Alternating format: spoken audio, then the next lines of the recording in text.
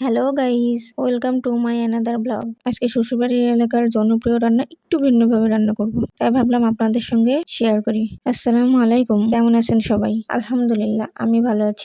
আমি ডিম আর আলু সিদ্ধ করে নিয়েছি, নিয়ে এটাকে ভালো করে ছিলে নিচ্ছি। তো এই রান্নাটা একসময় আমার কাছে সবচেয়ে অপ্রিয় খাবার ছিল। এই খাবারটা আমি একদমই পছন্দ করতাম না, আর এখন এই খাবারটা আমার সবচেয়ে বেশি পছন্দের। অপ্রিয় খাবারটা এখন প্রিয় খাবার হয়ে গেছে। আমি অন্য সময় ডিম ছিলতে গেলে কি সুন্দর হয়, আর যখনই ভিডিও করার জন্য ডিম ছিলতে যাই তখনই এই যে ডিমের এই অবস্থা। তো ডিমটা ছিলে নিলাম।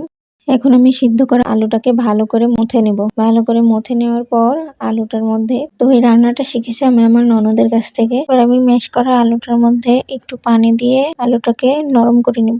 নরম নরম করে নিলে এই রান্নাটা অনেক ভালো লাগে।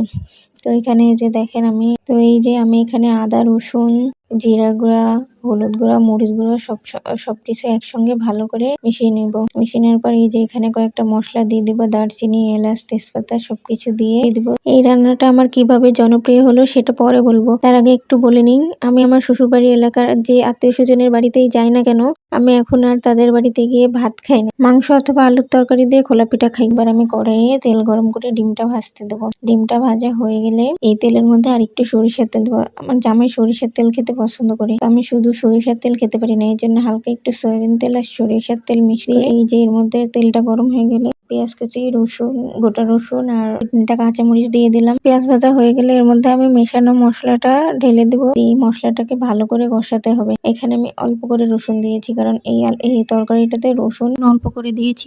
রসুনটা অল্প করে দিলে তরকারিটার স্বাদ ভালো হয়, রসুনের একটা গন্ধ বের হয় সিদ্ধ আলু, তো এই জন্য। মশলাটা কষানোর পর এই যে আলু ঘাটা, এটা আমি এখন দিয়ে দেবো। দিয়ে ভালো করে এটাকে বেশ কিছুক্ষণ কষিয়ে নেব। তো কষাইতে কষাইতে আপনাদেরকে বলি এই রান্নাটা আমার কিভাবে পছন্দের হলো। এই রান্নাটা মার বাড়িতে সবচেয়ে আমার অপছন্দের খাবার ছিল, একদমই পছন্দ করতাম না। এইটা আর এই দুইটাই আমার সবচেয়ে অপছন্দের ছিল, আর এখন এই দুইটাই আমার সব থেকে পছন্দের খাবার হয়েছে। প্রত্যেকটা অনুষ্ঠানে, বিয়ে বলেন আর যে কোনো অনুষ্ঠান বলেন, অনুষ্ঠানেই খোলা পিঠা এই আলুর তরকারিটা রান্না করবে। তবে গল্প করতে করতে আলুটা কষানো হয়ে গেছে। এই যে দেখেন আলুর উপর দিয়ে কি সুন্দর তেল ছাড়ছে। এই তেলটা যখন ছাড়বে তখন বুঝবেন আপনার আলুটা খুব সুন্দরভাবে কষানো হয়েছে, এবং তখন ঝোল দিয়ে দিবেন। 10 মিনিটের জন্য মিডিয়াম আঁচে রান্না করে নেব। তবে শ্বশুরবাড়ি এলাকায় তরকারিটা রান্না করে মাছ দিয়ে, কিন্তু আমি ডিম দিয়ে রান্না করছি, কারণ আমার মেয়েরও আমার মতো এই ডিমের আলুর তরকারিটা পছন্দ। ওই তো কাটা খেতে পারবে না, এই জন্য আমি মাছ না দিয়ে ডিম দিয়ে ট্রাই করলাম। তাই আপনাদেরকে বলেছিলাম আজকে আমি শ্বশুরবাড়ির এলাকার জনপ্রিয় খাবারটা একটু ভিন্নভাবে রান্না করব। শ্বশুরবাড়ির এলাকার এই জনপ্রিয় রান্নাটা আমি আমার ননদের কাছ থেকে শিখেছি। এবার রান্নাটা শেষ হলে এই যে আমি আগে থেকে পেঁয়াজ ভেজে নিয়েছি, আমি এই পেঁয়াজ বেরেস্তা আর জিরা গুঁড়া তরকারির উপর দিয়ে